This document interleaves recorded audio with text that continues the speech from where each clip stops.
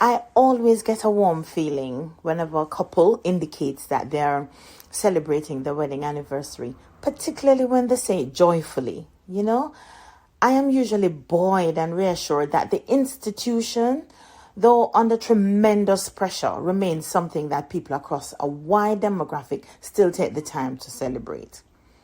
This week, Ken and I celebrate our 18th wedding anniversary. Yeah, this week we will be celebrating this week. Yes, this week, definitely.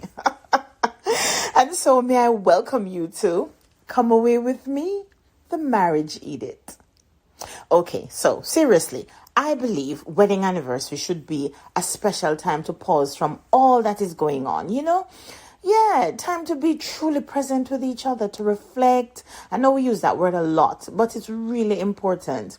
And may I hasten to say, reflect, yes, but in a balanced way. It is not time to spend thinking about what we don't have. Oh my gosh, we can't do enough of that. Unfortunately, many people spend so much time making comparisons, comparing between our spouse and someone else's or just someone in general, when of course there is an endless list of people to whom we can compare ourselves or compare our spouse. Sometimes we focus on the weaknesses of our relationship, and yes, there is also a nearly infinite list of weaknesses in any relationship. Lots to find that we can testify definitely do make us at times rather unhappy. However, may I suggest to you, just for that day, change the flow. The flow of your thoughts, change it to that of gratitude. By remaining in that negative state of mind, we are much more likely to be critical, to feel slighted, to seek ways of getting more or ways of getting out. Why not use this time to reflect together? It's good, together. Them always a two-head better than one, isn't it?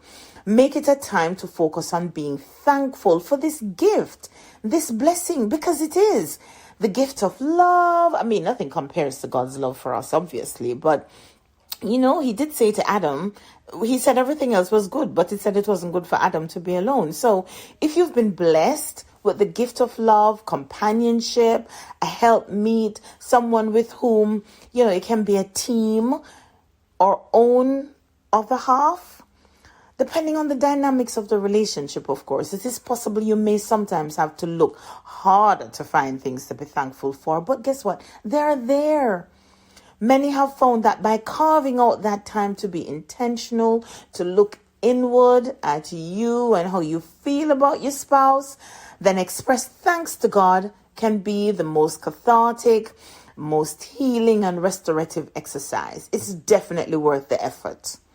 Here's a point at which you may start. So in prescriptive, just you could think about this. And guess what? Write down what about the relationship that you cherish. Write down what about your spouse do you treasure. If your answer is nothing, I don't think you're looking fairly, or looking deeply.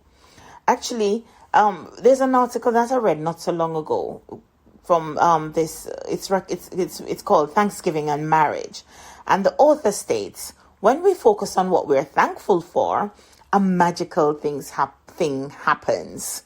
Actually, we believe it is a spiritual thing. We find more things for which to be thankful. We turn off the critical switch in our brain for just an instant. For a split second, we exist in an era of appreciation. And then our task is to expand that small sphere or small area into more and longer moments.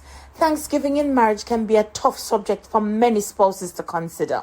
And I know this is especially true when in your mind there is little to appreciate about the spouse or your spouse.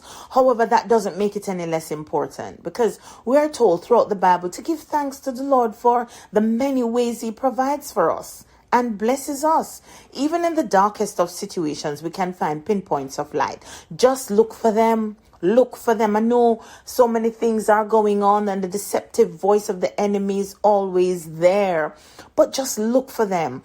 think about the many things that could have destroyed us, but rather strengthens us. So let us ask ourselves this question. Could it be that the part of the marriage which brings feelings of regret or resentment the most, could it be that which you've tried desperately to hide or forget, could it be the very thing God wants to use as your ministry to help and encourage others? I totally understand if you aren't at that point yet. If that's how you are feeling now, consider asking God to, bring someone who can help to infuse hope into your heart. That person may not be able to change your situation, but perhaps they can help you verbalize how you feel, bring clarity to whatever may seem confusing at this time. Eventually, you may become strong enough to become that person for someone else. Whatever state your marriage is in, keep seeking God for his divine wisdom. Keep being grateful. The Marriage Edict.